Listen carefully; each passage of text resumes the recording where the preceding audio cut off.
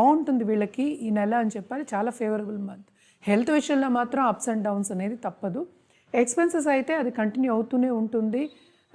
ఎందుకంటే 4th మనకి రాహు ఉన్నాడు, 3rd ఏమో శని ఉన్నారు, 5th ఏమో మనకి ఏంటంటే జూపిటర్ ఉన్నారు. అంటే ఏంటి, ఖరీదైన వస్తువు కొనుక్కోవడం కానీ, మీరు లోన్స్ తీసుకోవడం కానీ, లోన్స్ తీసుకోవడం వల్ల ఈఎంఐస్ కట్టుకున్నా కూడా ఆ వస్తువు అనేది ఏంటంటే మీ సొంతం అవుతుంది, ఓనర్షిప్ అనేది వస్తుంది. కనుక తప్పక ఈ మంత్ అనేది చాలా బాగుంటుంది.